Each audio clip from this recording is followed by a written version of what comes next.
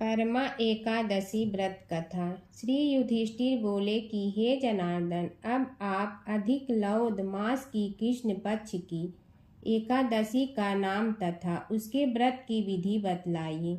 श्री कृष्ण बोले कि हे राजन, इस एकादशी का नाम परमा है। इसके व्रत से समस्त पाप क्षय होकर इस लोक में सुख तथा परलोक में मुक्ति मिलती है। इसका व्रत पूर्वोक्त विधि से करना चाहिए और भगवान विष्णु की धूप दीप नैवेद्य पुष्प आदि से पूजा करनी चाहिए। इस एकादशी के विषय की मनोहर कथा जो कि महर्षियों के साथ कौंपिल्य नगरी में हुई थी कहता हूँ, आप ध्यान पूर्वक श्रवण कीजिए। कौंपिल्य नगर में सुमेधा नाम का एक ब्राह्मण रहता था। उसकी स्त्री अत्यंत पवित्र तथा पतिव्रता थी। वह किसी पूर्व पाप के कारण अत्यंत दरिद्र थी। उसे भिक्षा मांगने पर भी नहीं मिलती थी। वह सदैव वस्त्रों से रहित होते हुए भी अपने पति की सेवा करती रहती थी। वह अतिथि को अन्न देकर स्वयं भूखी रह जाती थी और पति से कभी किसी वस्तु को नहीं कहती थी। जब सुमेधा ने अपनी स्त्री को अत्यंत दुर्बल देखा तो वह बोला, हे प्रिय, जब मैं धनवानों से धन मांगता हूँ तो वह मुझे नहीं देते। गृहस्थी केवल धन से चलती है।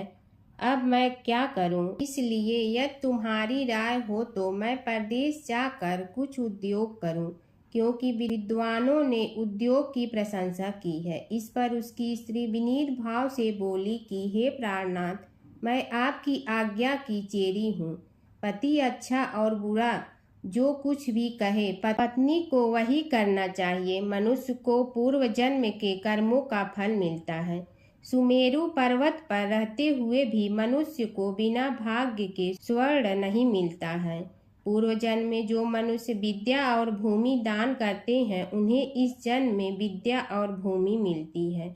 विधाता ने भाग्य में जो कुछ भी लिखा है वह टालने से नहीं टलता। यदि कोई मनुष्य दान नहीं करता तो भगवान उसे केवल अन्न ही देते हैं। इसलिए आपको इसी स्थान पर रहना चाहिए, क्योंकि मैं आपका वियोग नहीं सह सकती। पति बगैर स्त्री की संसार के माता पिता भाई ससुर तथा संबंधी निंदा करते हैं। इसलिए हे प्राणनाथ, आपको उसी स्थान पर रहना चाहिए। एक समय कौटिन्य मुनि उस जगह आए। उनको आते देखकर सुमेधा सहित स्त्री ने प्रणाम किया और बोले, हम आज धन्य हैं। आज हमारा जीवन आपके दर्शन से सफल हुआ। उन्होंने उसको आसन तथा भोजन दिया। भोजन देने के पश्चात पतिव्रता बोली कि हे मुनि, आप मुझे दरिद्रता का नाश करने की विधि बतलाइए। मैंने अपने पति को परदेश में धन कमाने से जाने को रोका है। मेरे भाग्य से आप आ गए हैं। मुझे पूर्ण निश्चय है कि अब मेरी दरिद्रता शीघ्र ही नष्ट होने वाली है। अतः आप हमारी दरिद्रता नष्ट करने के लिए किसी व्रत को बतलाइए। इस पर कौटिन्य मुनि बोले कि मलमास की कृष्ण पक्ष की परमा एकादशी के व्रत से समस्त पाप दुख और दरिद्रता आदि क्षय हो जाते हैं। जो मनुष्य इस व्रत को करता है वह धनवान हो जाता है। इस व्रत में नाच गान आदि सहित रात्रि जागरण करना चाहिए। कुबेर को महादेव जी ने इसी व्रत के करने से धनाध्यक्ष बना दिया था। इसी व्रत के प्रभाव से सत्यवादी राजा हरिश्चंद्र को पुत्र स्त्री और राज्य प्राप्त हुआ था। उस मुनि ने उसको एकादशी के व्रत की समस्त विधि कह सुनाई। वह मुनि फिर बोले कि हे ब्रह्माणी, पंचरात्रि व्रत इससे भी अधिक उत्तम है। परमा एकादशी के दिन प्रातः काल नित्य कर्म से निवृत्त विधि पूर्वक पंचरात्रि व्रत आरंभ करना चाहिए। जो मनुष्य 5 दिन तक निर्जल व्रत करते हैं वे अपने माता पिता और स्त्री सहित स्वर्ग लोक को जाते हैं। जो 5 दिन तक संध्या को भोजन करते हैं वे स्वर्ग को जाते हैं। जो मनुष्य स्नान करके 5 दिन तक ब्राह्मणों को भोजन कराते हैं उन्हें समस्त संसार के भोजन कराने का फल मिलता है। इस व्रत में जो घोड़े दान करते हैं उन्हें तीनों लोक दान करने का फल मिलता है। जो मनुष्य उत्तम ब्राह्मण को तिल सहित दान करते हैं वे तिल की संख्या के बराबर विष्णु लोक में रहते हैं। जो घी का पात्र दान करते हैं वह सूर्य लोक को जाते हैं। जो 5 दिन तक ब्रह्मचर्य पूर्वक रहते हैं वे देवांगनाओं के साथ स्वर्ग जाते हैं। हे ब्रह्माणी, तुम अपने पति के साथ इसी व्रत को करो, उससे तुम्हें सिद्धि प्राप्त होगी और अंत में स्वर्ग की प्राप्ति होगी। कौटिन्य मुनि के कहे अनुसार उन्होंने परमा एकादशी का 5 दिन तक व्रत किया। व्रत समाप्त होने पर उसने देखा कि राजकुमार उसके सामने खड़े हैं। राजकुमार ने एक उत्तम घर जो कि सब वस्तुओं से सजा हुआ था रहने के लिए दिया। राजकुमार उसको 1 ग्राम देकर अपने महल को चले गए। वह दोनों इस व्रत के प्रभाव से इस लोक में अनंत सुख भोग अंत में स्वर्ग लोक हो गए। श्री कृष्ण उवाच, हे राजन, जो मनुष्य परमा एकादशी का व्रत करता है उसे समस्त तीर्थों व यज्ञों आदि का फल मिलता है। जिस प्रकार संसार में 2 पैरों वालों में ब्राह्मण, 4 पैरों वालों में गौ, देवताओं में इंद्रराज श्रेष्ठ है, उसी प्रकार मासों में अधिक लौद का मास उत्तम है। इस महीने में पद्मनी और परमा एकादशी भी श्रेष्ठ है। उसके व्रत में समस्त पाप नष्ट हो जाते हैं। अतः दुर्बल मनुष्य को ये व्रत जरूर करना चाहिए। जो मनुष्य अधिक मास में स्नान तथा एकादशी व्रत नहीं करते हैं उन्हें आत्महत्या का पाप लगता है। यह मनुष्य योनि बड़े पुण्यों से मिलती है, इसलिए मनुष्य को एकादशी का व्रत अवश्य करना चाहिए। हे युधिष्ठिर, जो आपने पूछा था सो मैंने आपको बतला दिया। अब आप इस व्रत को भक्ति सहित कीजिए। जो मनुष्य अधिक मास लौद की परमा एकादशी का व्रत करते हैं वह स्वर्ग लोक में जाकर इंद्र के समान सुखों को भोगते हुए 3 लोकों में बंदनीय होते हैं। बोलो विष्णु भगवान की जय। 11 माता की कहानी। एक बूढ़ी माँ ने एक बार एकादशी का व्रत रखा। बड़ी ही भाव भक्ति से पूजा अर्चना की। उन्हें वृद्धावस्था में क्या बाधा थी। वे तो अपने पुत्र पौत्र की सुख सुविधा के लिए व्रत रखने लगी थी। वे दिन भर तो जरा कठोर मन करके अपनी प्यास को रोके रही। दिन में पूजा पाठ किया, कथा सुनी और पंडित जी को मिट्टी के पात्र में भर कर पानी और ऋतु फल दान में दिए। दोनों भर भर कर वितरण किया। उन्हें गर्मी के कारण बहुत बेचैनी हो रही थी। इस कारण से बड़ी देर तक पानी में पड़ी रही और पानी के कुल्ला करती रही, मुंह धोती रही। तब कहीं थोड़ा बहुत धैर्य बंध पाया। धूप तो तेज पड़ ही रही थी, इस कारण बार बार मुंह सूख रहा था। बूढ़ी माँ बहुत बेचैन हो रही थी। एक बुढ़ापा और दूसरे भयंकर गर्मी। वृद्धावस्था की स्थिति को कुछ दूसरी ही प्रकार की होती है। जैसे तैसे रो धो के दिन कट पाया। अब पहाड़ सी रात सामने थी, उसको काटना बड़ा ही कठिन दिखाई दे रहा था। खटिया पर पड़े शांति नहीं मिल रही थी। वे बार बार करवट बदल रही थी। अनेक बार वे बाहर जाती और भीतर आती, उन्हें घर के अंदर शांति नहीं थी। वे पड़ी पड़ी एकादशी माता का स्मरण करती रही। वे कहती रही कि हे माता जी, आप मेरी लाज रखिए, आप ही मुझे शक्ति दे दीजिएगा जिससे मैं भली भांति आपका व्रत कर सकूं और ये पहाड़ सी रात शांति पूर्वक व्यतीत हो सके। प्यास के कारण बूढ़ी माँ की बेचैनी तो बढ़ ही रही थी। उन्होंने धैर्य रखने का बहुत प्रयास किया, किंतु सहनशीलता की सीमा टूट गई और वे घबराकर एकदम चिल्ला पड़ी। बोली कि बचाओ बचाओ। अम्मा का चिल्लाना सुनकर परिवार भर के नर नारी, बच्चे और पड़ोसी एकत्रित होकर बूढ़ी अम्मा की खटिया के समीप पहुंच गए। सबने पूछा कि अम्मा जी, आपको क्या हो गया है? आप क्यों चिल्ला पड़ी थी? आप इस वृद्धावस्था में एक कठिन व्रत क्यों कर रही हैं? अम्मा जी, शक्ति से ही भक्ति होती है। थोड़ी ही देर में वे फिर से बोली कि अरे, हमारे तो प्राण ही निकलने जा रहे हैं। मेरी छाती पर ठंडे पानी का घड़ा रख दीजिए। नातियों ने दादी की छाती पर ठंडे पानी का पात्र रख दिया तब कहीं उन्हें थोड़ा बहुत आराम मिला और थोड़ी देर के लिए उन्होंने अपनी आंखें बंद कर ली। एकादशी माता ने सोचा कि ये बूढ़ी अम्मा है तो बहुत कठोर, जरा जाकर उसी परीक्षा लेना चाहिए। वे आधी रात को मुर्गा बनकर टेर लगाने लगी। मुर्गा की आवाज सुनकर दादी जल्दी से उठी और बाहर जाकर आसमान की ओर देखा, किंतु आसमान में कहीं उन्हें प्रातःकालीन तारा नहीं दिखाई दिया। वे सोचने लगी कि ये मुर्गा क्यों और कैसे बोल गया है। उन्हें प्यास तो बढ़ ही रही थी।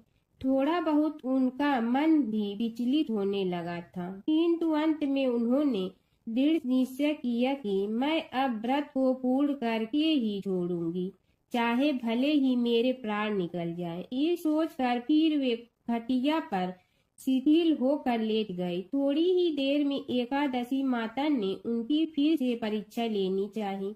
एक छोटी सी बालिका एक गिलास में शरबत लेकर उनके सिरहाने खड़ी हो गई और जोर से बोली कि दादी जी, सवेरा हो गया है, आप हाथ मुंह धोकर शरबत पी लीजिए। पहले तो शरबत का गिलास देखकर उनका मन ललचाने लगा, किंतु अचानक व्रत का स्मरण हो आया और उन्होंने सोचा कि मैं किसी भी प्रकार से अभी शरबत नहीं पी सकती हूँ, और वे शांति पूर्वक अपनी घटिया पर लेट गई। फिर थोड़ी ही देर में उन्हें ऐसा लगा कि जैसे किसी ने उन्हें पानी के कुएं में पटक दिया हो। वे बड़ी देर तक उस कुएं में हाथ पांव चलाती रही, किंतु उन्होंने अपने मुंह में पानी की एक बूंद भी नहीं जाने दी और वे दृढ़ता पूर्वक अपना व्रत पालती रही। थोड़ी ही देर में न जाने कहां से सामने आग जलने लगी, जिससे भारी गर्मी पड़ने लगी। प्यास के कारण प्राण निकलने लगे, किंतु बूढ़ी अम्मा का कुछ भी नहीं बिगड़ पाया। वे जहां की तहां मुस्कुराती हुई बैठी रही। थोड़ी ही देर में बाहर प्रकाश दिखाई देने लगा। ऐसा लगा कि जैसे सवेरा हो गया हो। बूढ़ी अम्मा ने जब बाहर निकल कर देखा तो समझ गई कि अभी सवेरा होने में 3-4 घंटे की देरी है।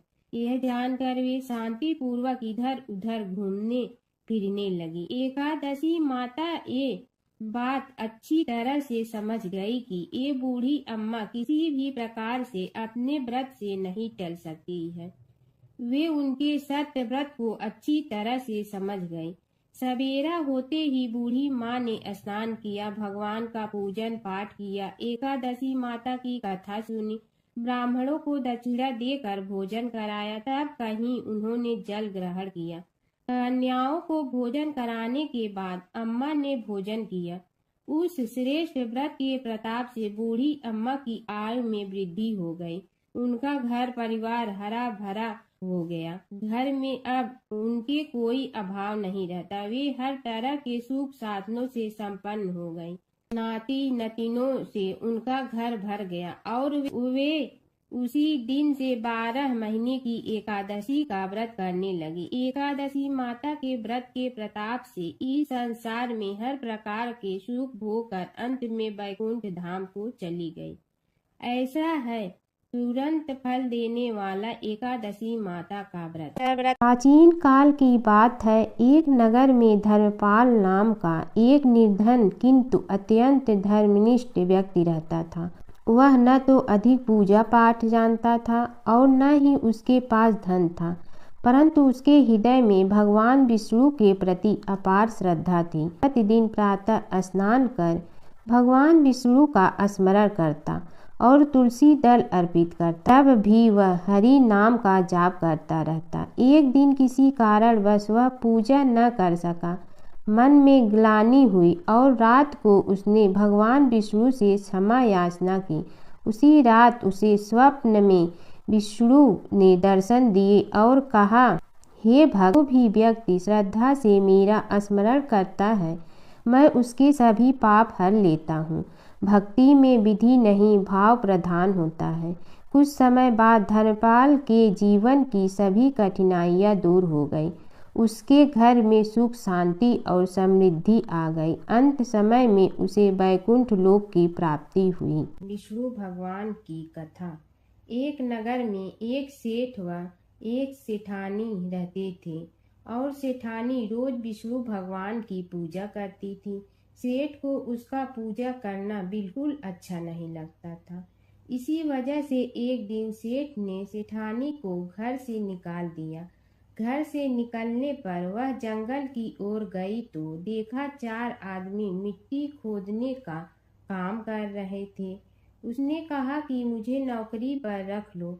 उन्होंने उसे रख लिया, लेकिन मिट्टी खोदने से सेठानी के हाथों में छाले पड़ गए और उसके बाल भी उड़ गए। वह आदमी कहते हैं कि बहन, लगता है तुम किसी अच्छे घर की महिला हो। तुम्हें काम करने की आदत नहीं है। तुम एक काम रहने दो और हमारे घर का काम कर लिया करो। वह चारों आदमी उसे अपने साथ घर ले गए और वह 4 मुट्ठी अनाज लाते और सभी बांट कर खा लेते। एक दिन सेठानी ने कहा कि कल से 8 मुट्ठी अनाज लाना। अगले दिन वह 8 मुट्ठी अनाज लाए और सेठानी पड़ोसन से आग मांग लाई। उसने भोजन बनाया, विष्णु भगवान को भोग लगाया, फिर सभी को खाने को दिया। सारे भाई बोले कि बहन, आज तो भोजन बहुत स्वादिष्ट बना है। सेठानी ने कहा कि भगवान का जूठा है तो स्वाद तो होगा ही। सेठानी के जाने के बाद सेठ भूखा रहने लगा और आस पड़ोस के सारे लोग कहने लगे कि ये तो सेठानी के भाग्य से खाता था। एक दिन सेठ अपनी सेठानी को ढूंढने चल पड़ा। उसने ढूंढते हुए वह भी उस जंगल में पहुंच गया जहां वह चारों आदमी मिट्टी खोद रहे थे। सेठ ने उन्हें देखा तो कहा कि भाई, मुझे भी काम पर रख लो। उन आदमियों ने उसे काम पर रख लिया, लेकिन मिट्टी खोदने से उसके भी हाथों में छाले पड़ गए और बाल उड़ने लगे। उसकी यह हालत देख चारों बोले कि तुम्हें काम की आदत नहीं है, तुम हमारे साथ चलो और हमारे घर में रह लो। सेठ उन चारों आदमियों के साथ उनके घर चला गया और जाते ही उसने सेठानी को पहचान लिया, लेकिन सेठानी घूंघट में थी तो सेठ को देख नहीं पाई। सेठानी ने सभी के लिए भोजन तैयार किया और हर रोज की भांति विष्णु भगवान को भोग लगाया। उसने उन चारों भाइयों को भोजन परोस दिया, लेकिन जैसे ही वह सेठ को भोजन देने लगी तो विष्णु भगवान ने उसका हाथ पकड़ लिया। भाई बोले कि बहन, ये तुम क्या कर रही हो? वह बोली, मैं कुछ नहीं कर रही हूँ, मेरा हाथ तो विष्णु भगवान ने पकड़ लिया है। भाई बोले, हमें भी विष्णु भगवान के दर्शन कराओ। उसने भगवान से प्रार्थना की तो विष्णु जी प्रकट हो गए। सभी ने दर्शन किए। सेठ ने सेठानी से क्षमा मांगी और सेठानी को साथ चलने को कहा। भाइयों ने अपनी बहन को बहुत सा धन देकर विदा किया।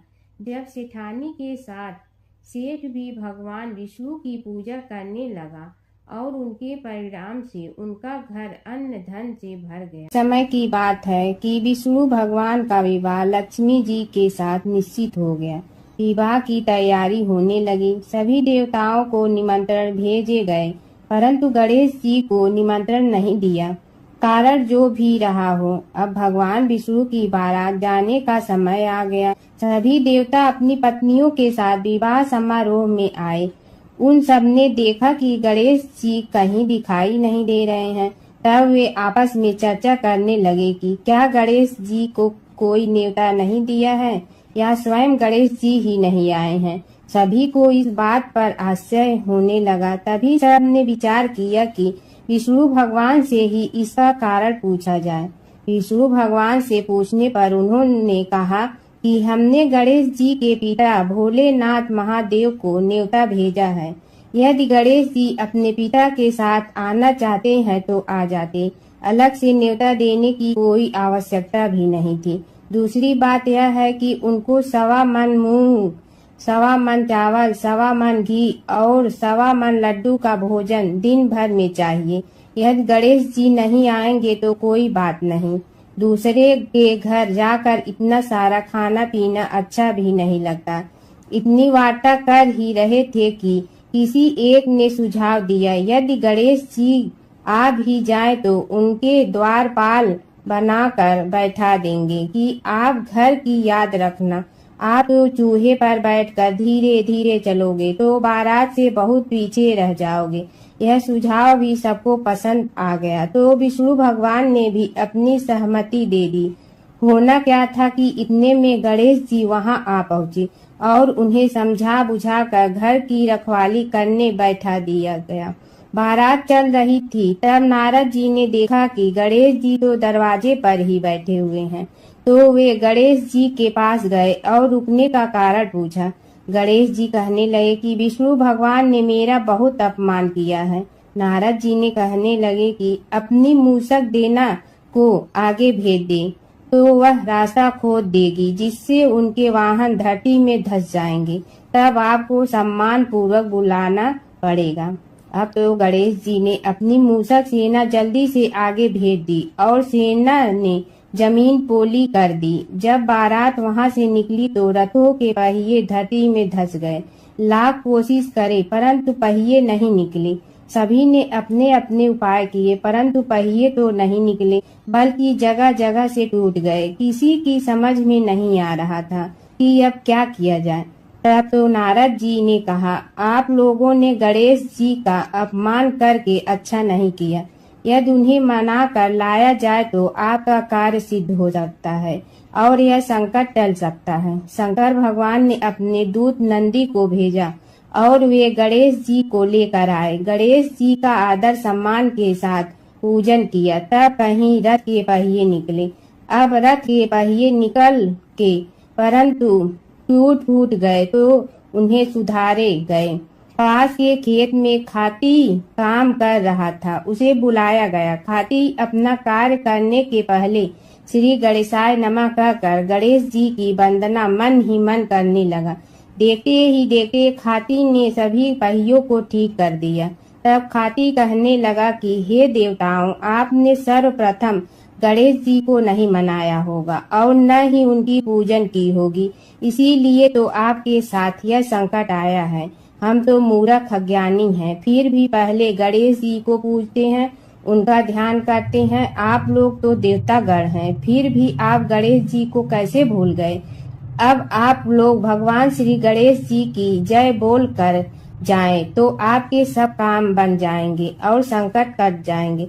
ऐसा कहते हुए बारात वहां से चल दी और विष्णु भगवान को लक्ष्मी जी के साथ विवाह संपन्न करा के सभी सकुशल घर लौट आए। हे गणेश जी महाराज, आपने विष्णु को जैसे कारज सारियो ऐसे कारज सबको सिद्ध कर जो। बोलो गजानन भगवान की जय। भगवान विष्णु और नारद की कथा।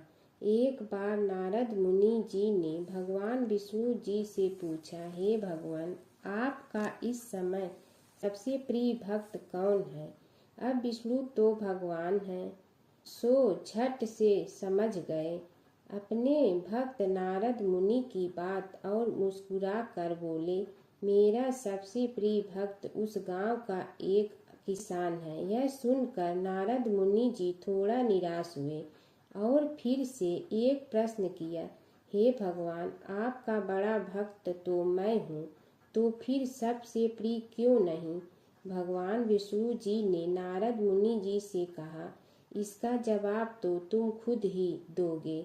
जाओ, एक दिन उसके घर रहो और फिर सारी बात मुझे बताना। नारद मुनि जी सुबह सवेरे मुंह अंधेरे उस किसान के घर पहुंच गए। देखा अभी अभी किसान जगा है और उसने अब सबसे पहले अपने जानवरों को चारा देता, फिर मुंह धोता, दैनिक कार्यों से निवृत्त होता, जल्दी जल्दी भगवान का नाम लिया, रूखी सूखी रोटी खाकर जल्दी जल्दी अपने खेतों पर चला गया। सारा दिन खेतों में काम किया और शाम को वापस घर आया। जानवरों को अपनी जगह बांधा, उन्हें चारा पानी डाला, हाथ धोया, मुंह धोया, फिर थोड़ी देर भगवान का नाम लिया, फिर परिवार के संग बैठकर खाना खाया और कुछ बातें की और फिर से सो गया। अब सारा दिन यह सब देखकर नारद मुनि जी भगवान विष्णु के पास वापिस आए और बोले, भगवान, मैं आज सारा दिन उस किसान के संग रहा, लेकिन वो तो ढंग से आपका नाम भी नहीं ले सकता। उसने थोड़ी देर सुबह, थोड़ी देर शाम को और भी जल्दी जल्दी आपका ध्यान किया, और मैं तो 24 घंटे सिर्फ आपका ही नाम जपता हूँ। क्या आपका सबसे प्रिय भक्त वो गरीब किसान ही है? भगवान विष्णु जी ने नारद की बात सुनकर कहा, अब इसका जवाब भी तुम मुझे खुद ही देना। और भगवान विष्णु जी ने एक कलश अमृत से भरा नारद मुनि को थमाया और बोले, इस कलश को लेकर तुम तीनों लोकों की परिक्रमा कर के आओ, लेकिन ध्यान रहे अगर एक बूंद भी अमृत नीचे गिरा तो तुम्हारी सारी भक्ति और पुण्य नष्ट हो जाएगी। नारद मुनि तीनों लोकों की परिक्रमा करके जब भगवान विष्णु के पास वापस आए तो खुश होकर बोले, भगवान, मैंने एक बूंद भी अमृत नीचे नहीं गिरने दिया। विष्णु भगवान ने पूछा, और इस दौरान तुमने मेरा नाम कितना बार लिया, मेरा स्मरण कितनी बार किया? तो नारद बोले, अरे भगवान जी, मेरा तो सारा ध्यान इस अमृत पर था, फिर आपका ध्यान कैसे करता? भगवान विष्णु ने कहा, हे नारद, देखो उस किसान को, वो अपना कर्म करते हुए भी नियमित रूप से मेरा स्मरण करता है, क्योंकि जो अपना कर्म करते हुए भी मेरा जाप करे वो ही मेरा सबसे प्रिय भक्त है। तुम तो सारे दिन खाली बैठे ही जप करते हो, और जब तुम्हें कर्म दिया तो मेरे लिए तुम्हारे पास समय ही नहीं था। तो नारद मुनि सब समझ गए और भगवान के चरण पकड़कर बोले, हे भगवान, आपने मेरा अहंकार तोड़ दिया, आप धन्य हैं। जमुना की कहानी। प्राचीन समय में एक गांव था जिसमें दो बहनें रहा करती थी। एक बहन का नाम गंगा था तो दूसरी बहन का नाम जमुना था। एक बार दोनों बहनें एक साहूकार के खेत से गुजर रही थी तो जमुना ने 13 दाने जौ के तोड़ लिए, जिसे देख गंगा बोली कि तुझे तो ग्रहण लग गया, तूने चोरी की है। इस पर जमुना बोली कि अब मेरा ग्रहण कैसे धुलेगा। गंगा ने कहा कि तुझे 12 साल तक साहूकार के यहाँ नौकरी करनी पड़ेगी, तभी तेरा पाप धुलेगा और ग्रहण से मुक्ति मिलेगी। जमुना साहूकार के यहाँ नौकरी के लिए जाती है और अपने लिए काम मांगती है। साहूकार उसे काम पर रख लेता है, लेकिन काम करने से पहले जमुना उसे कहती है कि मैं सारे काम करूंगी, लेकिन 4 काम नहीं करूंगी। जूठे बर्तन नहीं मांजूंगी, झाड़ू नहीं लगाऊंगी, बिस्तर नहीं बिछाऊंगी और दिया नहीं जलाऊंगी। 12 साल के बाद कुंभ का मेला लगा तो साहूकारनी भी कुंभ नहाने जाने लगी। जमुना ने उसे जाते देख कहा कि कुंभ के मेले में मेरी बहन गंगा मिलेगी तो उसे यह सोने का टक्का दे देना, इससे वह अपने हाथों में सुंदर चूड़ियां पहन लेगी। साहूकारनी ने कुंभ के मेले में गंगा को वह सोने का टका दे दिया। गंगा ने उनसे वह टका लेते हुए कहा कि मेरी बहन को कहना कि उसके 12 वर्ष पूरे हो गए हैं, अब वह वहां वापिस आ जा। साहूकार व साहूकारनी वापिस घर आए तब जमुना मटके में पानी भर रही थी। दोनों जमुना से बोले कि हमने सोने का वह टका तेरी बहन गंगा को दे दिया था और उसने कहा है कि तेरे 12 वर्ष पूरे हो गए हैं, इसलिए अब तुम वापिस जाओ। यह समाचार सुनते ही जमुना सहस्त्र धारा में बदल गई और बहने लगी। जमुना जी का यह रूप देखकर साहूकार और साहूकारनी परेशान हो गई थी। हमारे घर में जमुना माता ने काम किया, हमें तो अब ग्रहण लग गया है, हम यह ग्रहण कैसे उतारेंगे। जमुना भागकर गंगा माता के पास चली गई। गंगा ने जमुना से पूछा कि तुम साहूकारनी से कुछ कहकर आई हो या ऐसे ही बिना बताए आ गई। तब जमुना बोली कि मैं तो कुछ भी बताकर नहीं आई हूँ। गंगा ने कहा कि जा उन्हें धीरज दे आ, नहीं तो उन्हें जीवन भर असंतोष ही रहेगा।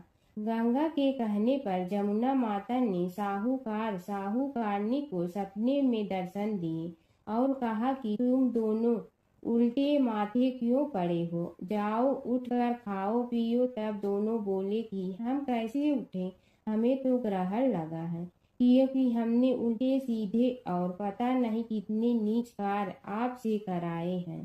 तब जमुना जी बोली कि तुम्हें ग्रहण नहीं लगा है, ग्रहण तो मुझे लगा था कि मैंने तुम्हारे खेत से 13 दाने जौ के चुराए थे। मैं तो अपना ग्रहण उतारने तुम्हारे घर आई थी। मेरा ग्रहण तुम्हारे घर में 12 वर्ष तक रहने से उतर गया है और मेरी मुक्ति हो गई है। जमुना जी ने कहा कि तुम्हें कोई ग्रहण नहीं लगा है, उल्टे मेरे 12 वर्ष तक यहाँ रहने से तुम्हारी भी मुक्ति हो गई है। यह कहकर जमुना जी स्वप्न से चली गई। दोनों उठकर देखते हैं कि उनके घर में पहले से भी अधिक धन हो गया है। हे जमुना माता, जैसे आपने साहूकार व साहूकारनी की मुक्ति कराई, वैसे ही आप अपने सभी भक्तों की करना। बसेरे की कहानी। किसी गांव में एक भाट व एक जाट रहता था। दोनों में घनिष्ठ मित्रता थी। एक बार जाट अपनी बहन के घर जाने को तैयार हुआ तो भाट अपनी ससुराल जाने को तैयार हुआ। दोनों साथ चल पड़े तो रास्ते में रुककर एक कुएं की मुंडेर पर बैठ गए। जाट ने भाट से कहा कि नगर बसेरा कर लेते हैं। इस पर भाट बोला कि तू ही नगर बसेरा कर ले, मैं तो अपनी ससुराल जा रहा हूँ, वहाँ खूब खातिर होगी मेरी, तू कर ले नगर बसेरा। जाट वहीं कुएं के पास बैठ पानी की घंटी और चावल का दाना लेकर नगर बसेरा करने लगा। नगर बसेरा करने के साथ जाट कहने लगा कि नगर बसेरा जो करे सो मल धोवे पाँव, ताता माड़ा तापसी देगी मेरी माँ, माँ देगी मावशी तेगी द्वारका का वास, मीठा मीठा घास वृंदावन का वास, 5 कुल्थी छठी रास, मेरी जीवड़ो श्री कृष्ण के पास, डालू पानी हो जाए घी, झट से निकल जाए मेरा जी। यह सब कर कर कि वह जाट बहन के पास चल पड़ा। जाट की बहन ने भाई के आने पर उसकी खातिर की खी बूरा के साथ भाई को जिमाया। दोनों ने बैठकर ढेर सारी बातें की। इधर भाट अपने ससुराल पहुंचा तो वहां आग लगी हुई थी। आग बुझाने वह भी लग गया, जिसमें हाथ मुंह भी काले हो गए और खुद भी थोड़ा सुलझ गया। ना रोटी ना पानी के लिए ही किसी ने पूछा। एक पड़ोसन आई तो उसने भाट की सास को कहा कि जमाई आया है, जरा उस आओ भगत कर लो। बुढ़िया बोली कि सब कुछ तो जल गया है, अब कहाँ से आओ भगत करूं। तब पड़ोसन ने ही भाट को एक रोटी के साथ छाछ दी। उसने वही खाकर गुजारा किया। शाम को दोनों फिर घर की ओर चल पड़े और रास्ते में मिल गए और एक दूसरे का हाल पूछा। भाट बोला कि मेरी ससुराल में तो आग लगी हुई थी, आग बुझाते मैं खुद काला हो गया हूँ, ना रोटी मिली ना पानी। जाट बोला कि मेरी तो बहुत खातिर हुई। फिर बोला कि मैंने कहा था ना कि नगर बसेरा कर ले, आ अब कर ले, लेकिन भाट ने फिर मना कर दिया। कहने लगा कि चाहे रोटी दे या न दे, तेरी तो माँ है, दही चूरमा का पेड़ा धरा पाएगा। भाट ने फिर नगर बसेरा नहीं किया। जाट ने कर लिया नगर बसेरा, जो करे सो मल धोवे पाँव, ताता माड़ा तापसी देगी मेरी माँ, माँ देगी मावशी देगी द्वारका का वास, मीठा मीठा घास वृंदावन का वास। 5 कुल छठी रास मेरा जी बढ़ो श्री कृष्ण के पास। डालू पानी हो जाए घी, झट से निकल जाए मेरा जी। करके वह चल पड़ा। घर पहुँचते ही जाट की मौसी ने बहुत लाड प्यार किया। उधर भाट घर गया तो उसकी भैंस खो गई थी। बाप एक लाठी रखे तो दूसरी उठाए और कहने लगा कि ससुराल गया तो आग लगा दी, अब यहाँ आया तो भैंस खो दी। बाप ने कहा कि पहले भैंस लेकर आ, तभी रोटी पानी मिलेगा। सारा दिन भाट भैंस ढूंढता रहा, लेकिन उसे भैंस नहीं मिली। जाट और भाट की मुलाकात फिर से बाजार में हो गई। जाट ने भाट के हाल चाल पूछे तो भाट बोला कि आते ही भैंस खो गई, बस उसी दिन से भैंस ढूंढ रहा हूँ। रोटियां का तो पूछो ही मत। जाट ने कहा कि मैंने तो पहले ही कहा था कि नगर बसेरा कर ले। जाट की बात सुनकर भाट बोला कि तेरे नगर बसेरे में इतनी ताकत है तो चल अब कर लेते हैं। दोनों ने बैठकर नगर बसेरा किया। नगर बसेरा जो करे सो मल धोवे पाँव। ताता माड़ा तापसी देगी मेरी माँ। माँ देगी मौसी देगी द्वारका का वास। मीठा मीठा घास वृंदावन का वास। 5 कुल छठी रास मेरा जीवड़ो श्री कृष्ण के पास। डालू पानी हो जाए घी, झट से निकल जाए मेरा जी। दोनों के नगर बसेरा करने पर भाट जैसे ही आगे बढ़ा तो उसकी खोई भैंस मिल गई, जिसे लेकर घर पहुंचा। घर पहुंचते ही माँ ने कहा कि लड़के को आते ही घर से निकाल दिया, सारे दिन से ये भूखा प्यासा भटक रहा है। यह कहकर उसकी माँ ने उसको खूब खिलाया पिलाया। इस घटना के बाद सारे नगर में ढिंढोरा पिटवा गया कि तब कोई अपने पीहर या सास से आते जाते नगर बसेरा करें। जैसे भाट को नगर बसेरा करने का फल मिला, वैसे ही हर किसी को मिले। प्राचीन काल की बात है। नैमिषारण्य क्षेत्र में ऋषि महर्षि और साधु संतों का समाज जुड़ा था। उसमें श्री सूत जी भी विद्यमान थे। शौनक जी ने उनकी सेवा में उपस्थित होकर निवेदन किया कि हे अज्ञान रूप घोर तिमिर को नष्ट करने में करोड़ों सूर्यों के समान प्रकाशमान श्री सूत जी हमारे कानों के लिए अमृत के समान जीवन प्रदान करने वाले कथा तत्व का वर्णन कीजिए। हे सूत जी, हमारे हृदयों में ज्ञान के प्रकाश की वृद्धि तथा भक्ति, वैराग्य और विवेक की उत्पत्ति जिस कथा से हो सकती हो, वह हमारे प्रति कहने की कृपा कीजिए। शौनक जी की जिज्ञासा से सूत जी बड़े प्रसन्न हुए। पुरातन इतिहासों के स्मरण से उनका शरीर पुलकायमान हो रहा था। वे कुछ देर उसी स्थिति में विराजमान रहकर कुछ विचार करते रहे और अंत में बोले, शौनक जी, इस विषय में आपके चित्त में बड़ी जिज्ञासा है। आप धन्य हैं जो सदैव ज्ञान की प्राप्ति में तत्पर रहते हुए विभिन्न पुराण कथाओं की जिज्ञासा रखते हैं। आज मैं आपको ज्ञान के परम स्रोत रूप श्री गणेश जी का जन्म कर्म रूप चरित्र सुनाऊंगा। गणेश जी से ही सभी ज्ञानों सभी विद्याओं का उद्भव हुआ है। अब आप सावधान चित्त से विराजमान हो।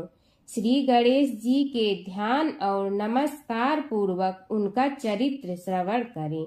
नमस्तस्मै गणेशाय ब्रह्मा विद्या प्रदायिनी यनागस्त्यसमः साक्षात विघ्न सागर सोसड़े। कैसे हैं वे श्री गणेश जो सभी प्रकार की ब्रह्म विद्याओं को प्रदान करने वाले, अर्थात ब्रह्मा के सगुण और निर्गुण स्वरूप पर प्रकाश डालने और जीव ब्रह्मा का अभेद प्रतिपादन करने वाली विद्याओं के दाता हैं। वे विघ्नों के समुद्रों को महर्षि अगस्त के समान शोषण करने में समर्थ हैं, इसलिए उनका नाम विघ्न सागर शोषक के नाम से प्रसिद्ध है। मैं उन भगवान श्री गणेश जी को नमस्कार करता हूँ। प्रथम पूजा के अधिकारी श्री गणेश जी। यह कहकर सूत जी कुछ समय के लिए मौन हो गए और फिर बोले, शौनक जी, भगवान गणेश जी ही सर्वप्रथम पूजा प्राप्ति के अधिकारी हैं। किसी भी देवता की पूजा करो, पहले उनकी पूजा करो। शौनक जी ने निवेदन किया, हे भगवान, हे सूत, सर्वप्रथम यह बताने की कृपा कीजिए कि गणेश जी को प्रथम पूजा का अधिकार किस प्रकार प्राप्त हुआ। इस विषय में मेरी बुद्धि मोह को प्राप्त हो रही है कि सृष्टि रचयिता ब्रह्मा जी, पालन करता भगवान नारायण और संहार करता शिव जी में से किसी को प्रथम पूजा का अधिकारी क्यों नहीं माना गया। यह त्रिदेव ही तो सबसे बड़ा देवता माने जाते हैं। सूत जी ने कहा, शौनक जी, यह भी एक रहस्य ही है। देखो, अधिकार मांगने से नहीं मिलता, इसके लिए योग्यता होनी चाहिए। संसार में अनेकों देवी देवताएं पूजे जाते हैं। पहले जो जिसका इष्ट देव होता है वह उसी की पूजा किया करता है। इससे बड़े देवताओं के महत्व में कमी आने की आशंका उत्पन्न हो गई। इस कारण देवताओं में परस्पर विवाद होने लगा। वे उसका निर्णय प्राप्त करने के लिए शिव जी के पास पहुँचे और प्रणाम करके पूछने लगे, प्रभु, हम सब में प्रथम पूजा का अधिकारी कौन है। शिव जी सोचने लगे कि किसे प्रथम पूजा का अधिकारी माने। तभी उन्हें एक युक्ति सूझी। बोले, देवगण, इसका निपटारा बातों से नहीं तथ्यों से होगा। इसके लिए एक प्रतियोगिता रखनी होगी, शिव की परिक्रमा करने की प्रतियोगिता। देवगण उनका मुख देखने लगे, शंकित हृदय से सोचने लगे कि कैसी प्रतियोगिता रहेगी। यह शिव जी ने उनके मन के भाव ताड़ लिए, इसलिए सांत्वना भरे शब्दों में बोले, घबराओ मत, कोई कठिन परीक्षा नहीं ली जाएगी। बस इतना ही कि सभी अपने अपने वाहनों पर चढ़कर संसार की परिक्रमा करो और फिर यहाँ लौट आओ। जो पहले लौटेगा वही सर्वप्रथम पूजा का अधिकारी होगा। अब क्या देर थी, सभी अपने अपने वाहन पर चढ़कर दौड़ पड़े। किसी का वाहन गजराज था तो किसी का सिंह, किसी का भैंसा तो किसी का मृग, किसी का हंस तो किसी का उल्लू, किसी का अश्व तो किसी का श्वान। अभिप्राय यह है कि वाहनों को विविधता के दर्शन उस समय जितने भले प्रकार से हो सकते थे उतने अन्य समय में नहीं। सबसे गया बीता वाहन गणेश जी का था मूषक, उससे चूहा भी कहते हैं। ऐसे वाहन के बल भरोसे इस प्रतियोगिता में सफल होना तो क्या, सम्मिलित होना भी हास्यास्पद है। गणेश जी ने सोचा, छोड़ो, क्या होगा प्रतियोगिता में भाग लेने से, हम तो यहाँ बैठे रहकर ही तमाशा देखेंगे। वे बहुत देर तक विचार करते रहे। अंत में उन्हें एक युक्ति सूझी। शिव जी स्वयं ही जगदाता हैं, यह संसार उन्हीं का प्रतिबिंब है, तब क्यों न इन्हीं की परिक्रमा कर ली जाए। इनकी परिक्रमा करने से ही संसार की परिक्रमा हो जाएगी। ऐसा निश्चय कर उन्होंने मूषक पर चढ़कर शिव जी की परिक्रमा की और उनके समक्ष जा पहुँचे। शिव जी ने कहा, तुमने परिक्रमा पूर्ण कर ली। उन्होंने उत्तर दिया, जी हाँ। शिव जी सोचने लगे कि इसे तो यहीं घूमते हुए देखा, फिर परिक्रमा कैसे कराया।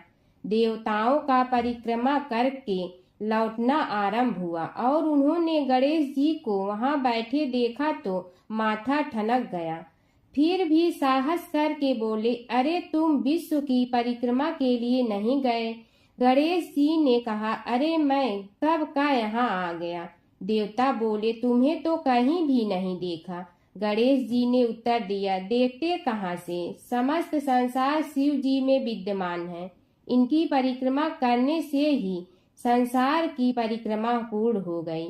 सूत जी बोले, शौनक, इस प्रकार गणेश जी ने अपनी बुद्धि के बल पर ही विजय प्राप्त कर ली। उनका कथन सत्य था, इसलिए कोई विरोध करता भी तो कैसे बस उसी दिन से गणेश जी की प्रथम पूजा होने लगी। सूत जी बोले, हे शौनक जी, यह एक तथ्य है कि गणेश जी ही उसके पात्र हैं। वे बड़े देवता का भी कार्य सिद्धि में विघ्न उपस्थित होने पर उन विघ्न राज का आश्रय न लिया हो। हे शौनक, वे देव भी बड़े दयालु हैं। नाम तो शिव जी का ही आशुतोष है, किंतु वे सर्वात्मा और सर्वरक्षक प्रभु तो शिव जी की अपेक्षा भी शीघ्र ही प्रकट हो जाते हैं। उनका भक्त कभी किसी संकट में नहीं पड़ता। यदि प्रारब्ध वशात कभी किसी विपत्ति में पड़ भी जाता है तो गणेश्वर की उपासना करने पर उनके अनुग्रह से उनके समस्त दुख दूर होकर परम सुख की प्राप्ति होती है। शौनक ने कहा, हे सूत जी, हे महाभाग, हे प्रभु, मैं गणेश जी के विभिन्न चरित्रों का अध्ययन करना चाहता हूँ, तो मुझे बताइए कि किस ग्रंथ का अवलोकन करूं। हे दयामय, आपको तो उनके समस्त चरित्र विदित है कि यदि आप ही उन्हें सुनाने की कृपा करें तो मेरा अत्यधिक उपकार होगा। सूत जी बोले, हे शौनक भगवान, गणेश्वर के इतने चरित्र हैं कि उन सब का कथन इस जीवा से संभव नहीं, क्योंकि प्रभु अनंत, प्रभु चरित्र अनंता वाली बात समस्त विद्वान ऋषि मुनि कहते हैं। फिर भी गणेश जी प्रथम पूजा के अधिकारी होने के कारण समस्त देव चरित्रों में जुड़े हुए हैं, इसलिए उनका प्रभाव भी सर्वाधिक व्यापक है। हे मुने, हे शौनक, वे भगवान सर्व समर्थ हैं। वे सभी का तिरस्कार करने में समर्थ हैं, किंतु उनका तिरस्कार कोई भी नहीं कर सकता।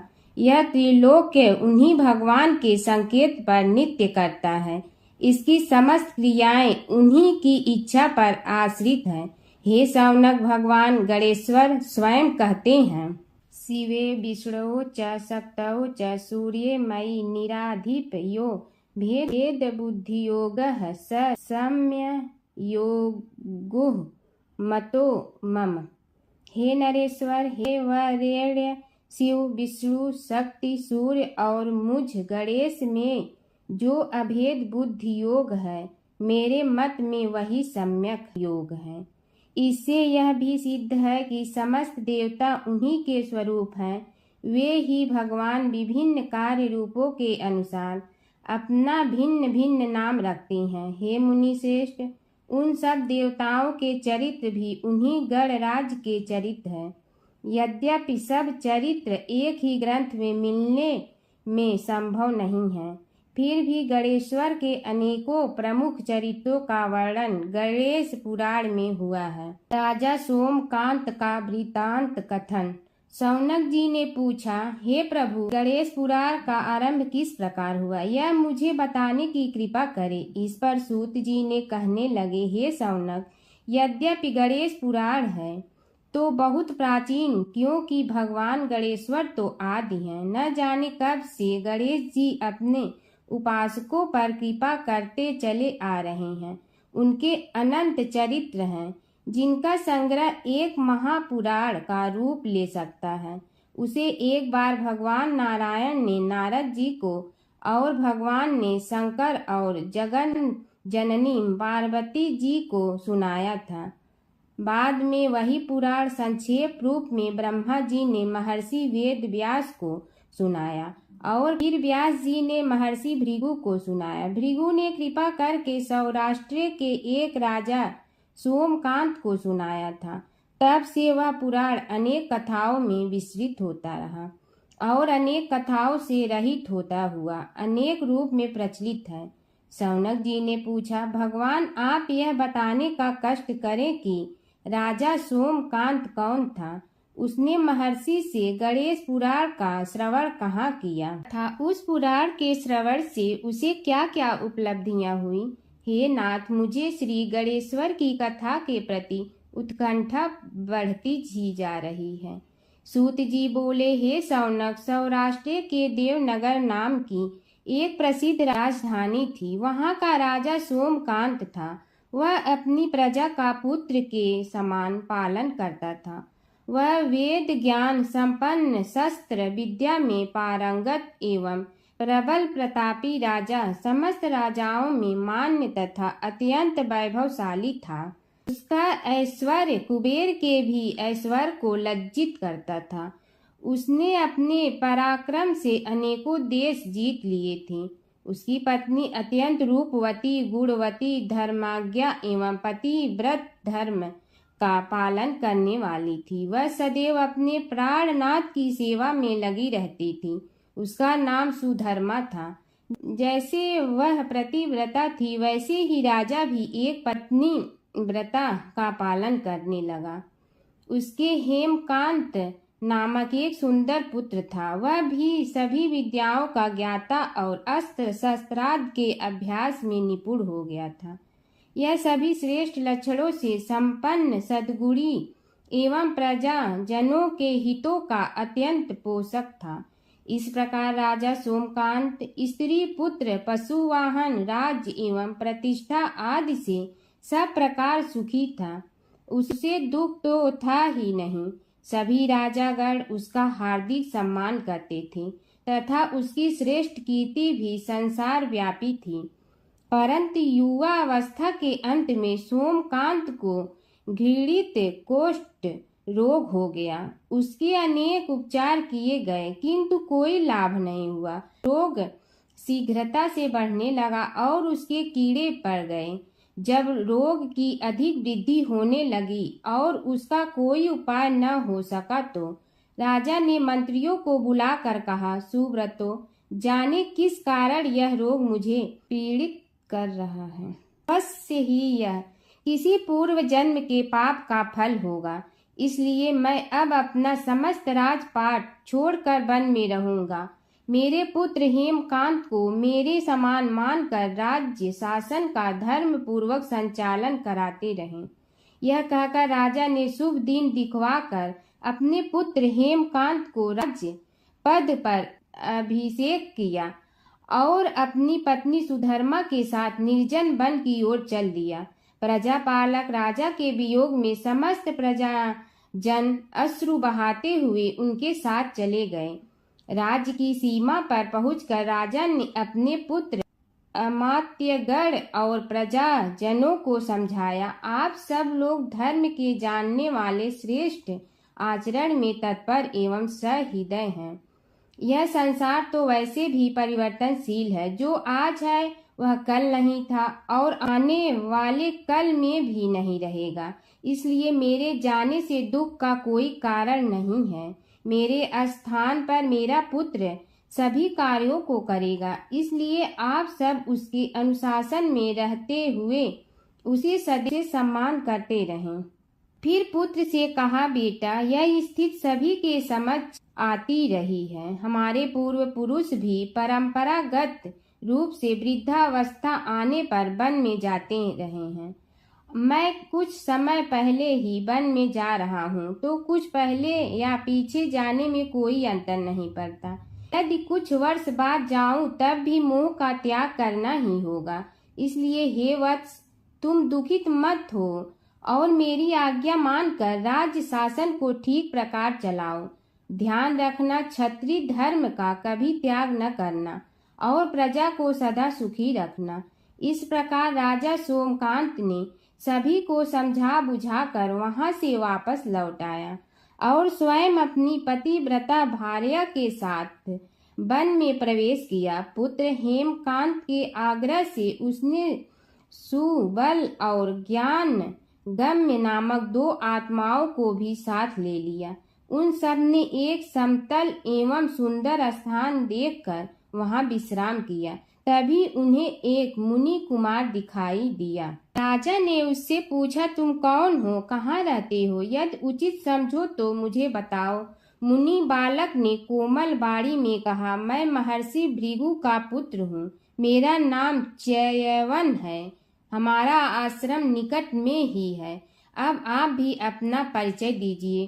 राजा ने कहा, मुनि कुमार, आपका परिचय पाकर मुझे बड़ी प्रसन्नता हुई। मैं सौराष्ट्र के देवनगर नामक राज्य का अधिपति रहा हूँ। अब अपने पुत्र को राज्य देकर मैंने अरण्य की शरण ली है। मुझे कुष्ठ रोग अत्यंत पीड़ित किए हुए हैं। उसकी निवृत्ति का कोई उपाय करने वाला हो तो कृपा कर मुझे बताइए। मुनि कुमार ने कहा, मैं अपने पिताजी से अपना वृतांत कहता हूँ, फिर वे जैसा कहेंगे आपको बताऊंगा।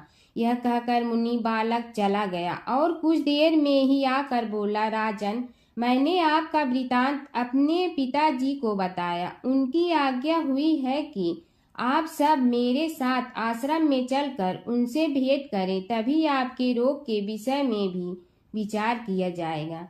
राजा सोमकांत के पूर्व जन्म का वृत्तांत भृगु द्वारा वर्णन।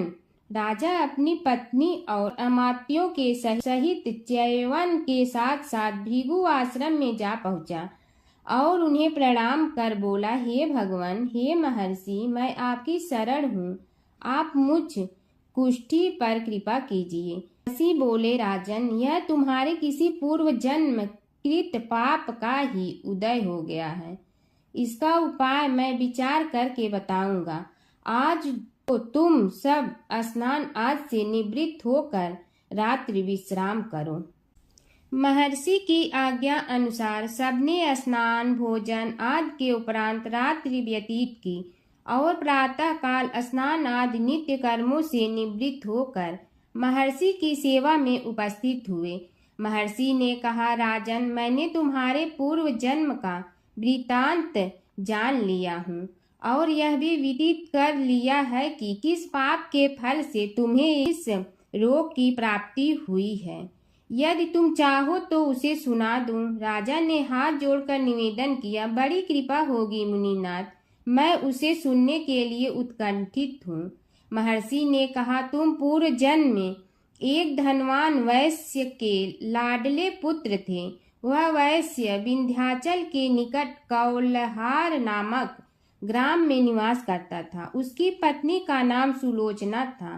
तुम उसी वैश्य दंपत के पुत्र हुए। तुम्हारा नाम कामद था। तुम्हारा लालन पालन बड़े लाड चाव से हुआ। उन्होंने तुम्हारा विवाह एक अत्यंत सुंदरी वैश्य कन्या से कर दिया था, जिसका नाम कुटुम्बिनी था। यद्यप तुम्हारी भार्या सुशीला थी और तुम्हें सदैव धर्म में निरत देखना चाहती थी, किंतु तुम्हारा स्वभाव वासनांध होने के कारण दिन प्रतिदिन उज्जवल होता जा रहा था। किंतु माता पिता भी धार्मिक थे, इसलिए उनके सामने तुम्हारी उज्ज्वलता दबी रही। परंतु माता पिता की मृत्यु के बाद तुम निरंकुश हो गए और अपनी पत्नी की बात भी नहीं मानते थे। तुम्हें अनाचार में प्रवृत्त देखकर उसे दुख होता था, तो भी उसका कुछ बस न चलता था। तुम्हारी उन्मत्तता चरम सीमा पर थी। अपनों से भी द्वेष और क्रूरता का व्यवहार किया करते थे। हत्या आदि कराते थे। तुम्हारे लिए सामान्य बात हो गई। पीड़ित व्यक्तियों ने तुम्हारे विरुद्ध राजा से पुकार की। अभियोग चला और तुम्हें राज्य की सीमा से भी बाहर चले जाने का आदेश हुआ। तब तुम घर छोड़कर किसी निर्जन वन में रहने लगे। उस समय तुम्हारा कार्य लोगों को लूटना और हत्या करना ही रह गया।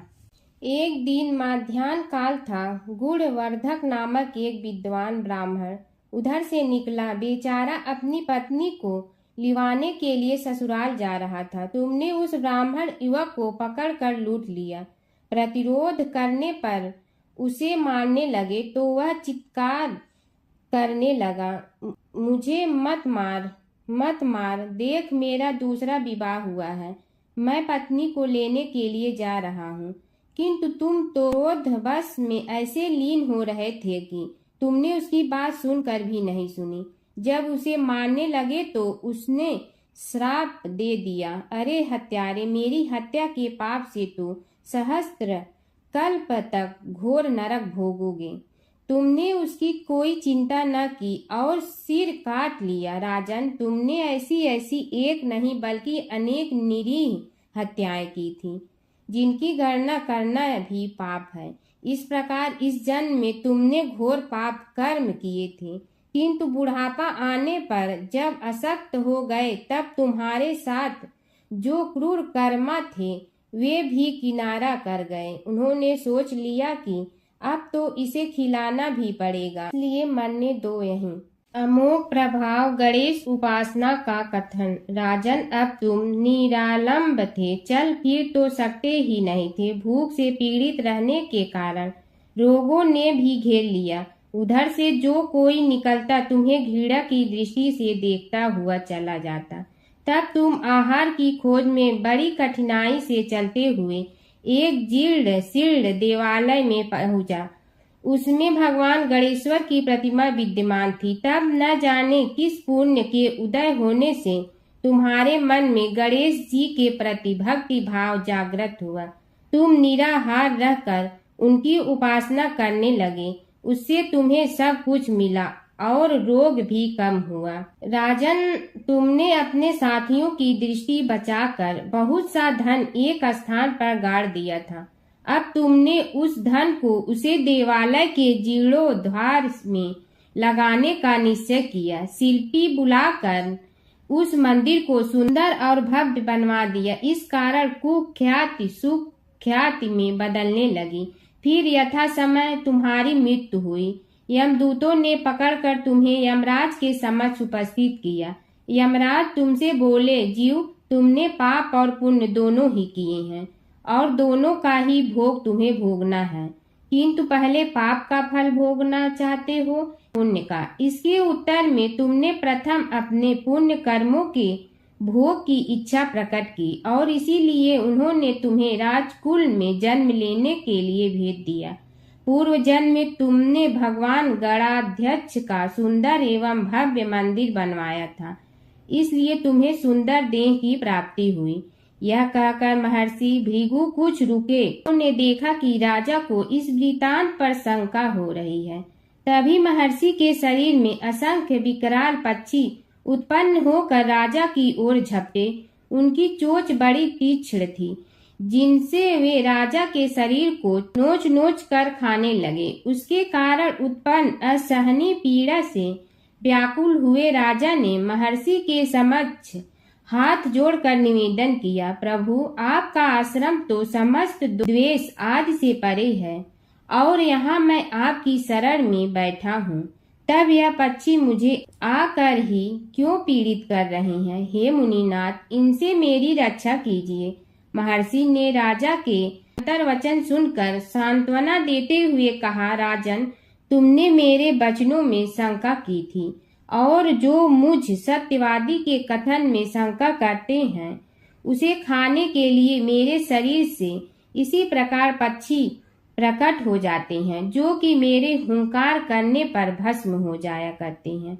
यह कर महर्षि ने हुंकार की और तभी वे समस्त पक्षी भस्म हो गए। राजा श्रद्धावनत होकर उनके समक्ष अश्रुपात करता हुआ बोला, प्रभु, अब आप पाप से मुक्त होने का उपाय कीजिए। महर्षि ने कुछ विचार कर कहा, राजन, तुम पर भगवान गणेश्वर की कृपा सहज रूप से है और वे ही प्रभु तुम्हारे पापों को भी दूर करने में समर्थ हैं। इसलिए तुम उनके पाप नाशक चरित्रों का श्रवण करो।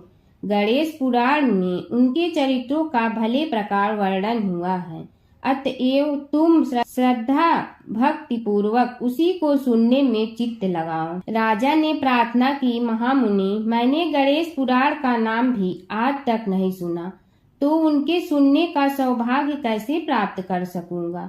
हे नाथ, आपसे अधिक ज्ञानी और प्रकांड विद्वान और कौन हो सकता है? आप ही मुझ पर कृपा कीजिए। महर्षि ने राजा की दीनता देखकर उसके शरीर पर अपने कमंडल का मंत्रपूत जल छिड़का। तभी राजा को एक छींक आई और नासिका से एक अत्यंत छोटा काले वर्ण का पुरुष बाहर निकल आया। देखते देखते वह बढ़ गया।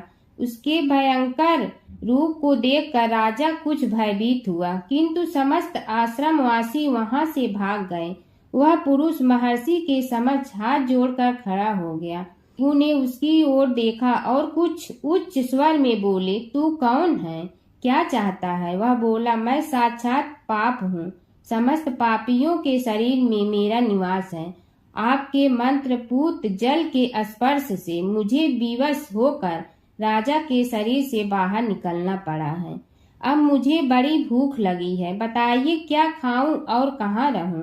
महर्षि बोले, तू उस आम के अवकाश स्थान में निवास कर और उसी वृक्ष के पत्ते खाकर जीवन निर्वाह कर। यह सुनते ही वह पुरुष आम के वृक्ष के पास पहुंचा, किंतु उसके स्पर्श मात्र से वह वृक्ष जलकर भस्म हो गया। फिर जब पाप पुरुष को रहने के लिए कोई स्थान दिखाई न दिया तो वह भी अंतर्हित हो गया। हर व्रत कथा के साथ पढ़ी और सुनी जाने वाली लपसी तपसी की यह कहानी। एक लपसी था, एक तपसी था। तपसी हमेशा भगवान की तपस्या में लीन रहता था। लपसी रोजाना सवा सेर की लपसी बनाकर भगवान का भोग लगाकर जीम लेता था। एक दिन दोनों लड़ने लगे। तपसी बोला, मैं रोज भगवान की तपस्या करता हूँ, इसलिए मैं बड़ा हूँ। लपसी बोला, मैं रोज भगवान को सवा सेर लपसी का भोग लगाता हूँ, इसलिए मैं बड़ा हूँ।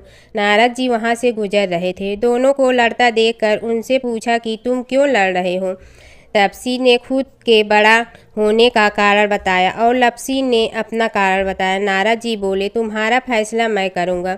दूसरे दिन लपसी और तपसी नहाकर अपनी रोज की भक्ति करने आए तो नारद जी ने छुपकर 1.25 करोड़ की एक एक अंगूठी उन दोनों के आगे रख दी।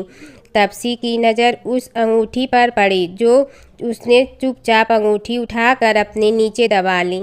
तब लपसी की नज़र अंगूठी पर पड़ी, लेकिन उसने ध्यान नहीं दिया। भगवान को भोग लगाकर लपसी खाना खाने लगा। नारद जी सामने आए तो दोनों ने पूछा कि कौन बड़ा, तो नारद जी ने तपसी से खड़ा होने को कहा। वो खड़ा हुआ तो उसने नीचे दबी अंगूठी दिखाई पड़ी। नारद जी ने लपसी से कहा, तपस्या करने के बाद भी तुम्हारी चोरी करने की आदत नहीं गई, इसलिए लपसी बड़ा है और तुम्हें तुम्हारी तपस्या का कोई फल भी नहीं मिलेगा। तपसी शर्मिंदा होकर माफ़ी मांगने लगा। उसने नारद जी से पूछा, मुझे मेरी तपस्या का फल कैसे मिलेगा? नारद जी ने कहा, यदि कोई गाय और कुत्ते की रोटी नहीं बनाएगा तो फल तुम्हें मिलेगा। यदि कोई ब्राह्मण को भोजन करवा कर दक्षिणा नहीं देगा तो फल तुम्हें मिलेगा। यदि कोई साड़ी के साथ ब्लाउज नहीं देगा तो फल तुझे मिलेगा। यदि कोई दिए से दिया जलाएगा तो फल तुम्हें मिलेगा। यदि कोई सारी कहानी सुने लेकिन तुम्हारी कहानी नहीं सुने तो फल तुझे मिलेगा। उसी दिन से हर व्रत कथा कहानी के साथ लपसी तपसी की कहानी भी सुनी और कही जाती है। ओम जय जगदीश हरे स्वामी, जय जगदीश हरे। भक्त जनों के संकट क्षण में दूर करे। ओम जय जगदीश हरे। जो ध्यावे फल पावे, दुख बिन दे मन का। सुख संपत्ति घर आवे, कष्ट मिटे तन का। ओम जय जगदीश हरे। मात पिता तुम मेरे, शरण कहूँ किसकी। तुम विनय और न दूजा, आस करूँ जिसकी। ओम जय जगदीश हरे। तुम पूर्ण परमात्मा, तुम अंतर्यामी।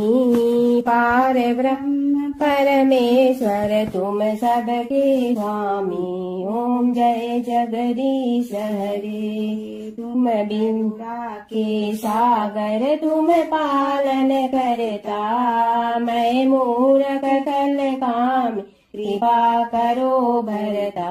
ओम जय जगदीश हरे। तुम हो एक गोचर, सबके प्राणपति। किस विधि मिलूं दया में, तुमको मैं कुमति। ओम जय जगदीश हरे। दीन बंधु दुख हरता, तुम रक्षक मेरे। अपने हाथ उठाओ, द्वार पड़ा तेरे। ओम जय जगदीश हरे। विषय विकार मिटा, पाप हरो देवा। श्रद्धा भक्ति बढ़ाओ, संतन की सेवा। ओम जय जगदीश हरे।